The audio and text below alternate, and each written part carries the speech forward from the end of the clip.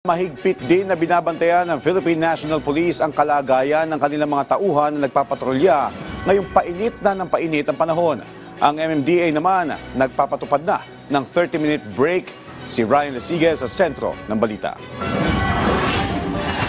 Ngayong matindi ang nararanasang init ng panahon, mahigpit din ang paalala ng Philippine National Police o PNP sa kanilang mga tauhan, lalong-lalo na yung nakabilad sa initan ng araw na magdala ng tubig at iba pang proteksyon mula sa sikat ng araw.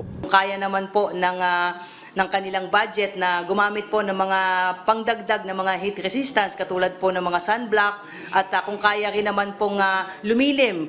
Sabi pa ni PNP spokesperson at PNP Regional Office 3 Director, Police Brigadier General Jean Fajardo, na kung 12 oras ang duty ng isang patrol officer ay hindi naman daw kailangan na nakababad siya sa initan sa buong duty nito para na rin makaiwas sa heat stroke. Initan, pwede rin naman from time to time ay sumilong doon sa mas hindi ganun kainit. Kaya lang alam natin sir, umulat umaraw ang mga pulis natin nandiyan at kaya lang sabi mo nga sir na talagang painit ang panahon ngayon. Minsan uulan, aaraw. Kaya ang reminders natin sa mga pulis pagka sila ay iniikutan ng kanilang mga patrol supervisor ay alagaan din yung kanilang mga kalusugan po.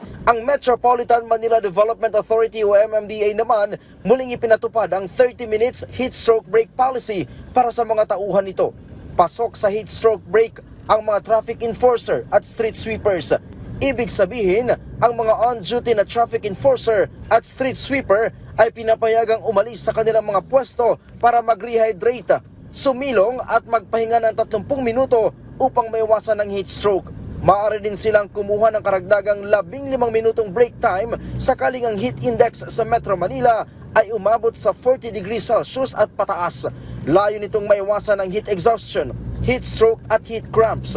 Ayon kay MMDA Chairman Attorney Don Artes, alternate na ipatutupad ang 30 minuto na break sa isang partikular na lugar upang mapanatili ang visibility ng mga traffic enforcer at street sweepers at hindi maapektuhan ang trabaho.